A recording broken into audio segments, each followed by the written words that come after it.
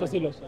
তো আজকে যে ইন্ডিয়ার সাথে আসলে মানে বলার ভাষা নাই ভাই, ম্যাচ জিতছি, ভাইরা যে পরিশ্রম দেখা করেছেন আসলে সেই মুহূর্তে যদি কি বলতেন? সেই মুহূর্তটা আমার কাছে হচ্ছে গিয়ে স্মরণীয় একটা মুহূর্ত। আমার কাছে আমার লাইফের বেস্ট মুহূর্ত হচ্ছে গিয়ে হামজা ভাইয়ের সাথে আমি দেখা করছি যখন সেটা আমার লাইফের বেস্ট মুহূর্ত।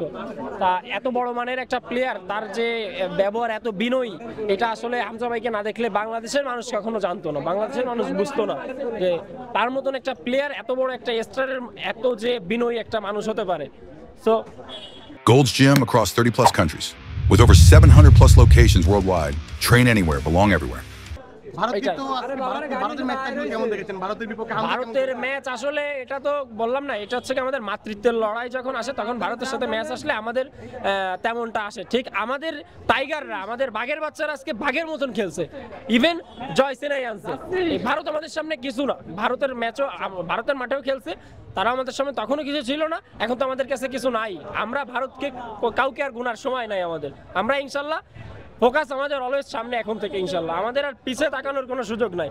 আপনারা দেখেন যে বাংলাদেশ কিন্তু আগে ম্যাচ ড্র ছিল, ছিল, এখন কিন্তু প্রত্যেকটা ম্যাচেই বাংলাদেশ স্কোর করতেছে, সেই অ্যাবিলিটি আমাদের তৈরি হয়েছে ইনশাল্লাহ। তো সেই ধারা অব্যাহত থাকবে ইনশাল্লাহ।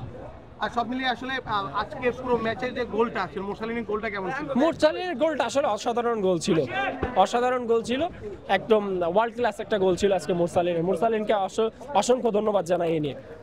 আপনার এখন কি খ্যাতি আরো বেড়ে যাবে কিনা? খ্যাতি বাড়বে কিনা জানি না, তবে দোয়া করবেন আমার জন্য সবাই। আপনাকে এখন সবাই হামজা পিএস নামে চেনে। জি।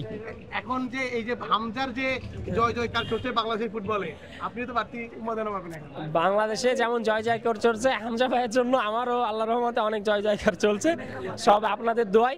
তবে আপনারা সবাই দোয়া করবেন ইনশাআল্লাহ যেন আমিও ভালো কিছু করতে পারি। যখন কথা হয়েছিল, কি নিয়ে কথা হয়েছিল একটু যদি বলতেন? হামজা ভাইয়ের সাথে যখন কথা হয় তখন আসলে অনেক কিছু নিয়ে ভাই বলে যে মাঠে আসবা নাকি, আমি বলছি জি ভাই। তো ভাই বলে বাংলাদেশকে বইলো দোয়া করতে, তো সে সিলেটি ভাষায় বলে যে দোয়া করতে বইলো। তো এটা আসলে অনেক ভালো লাগে।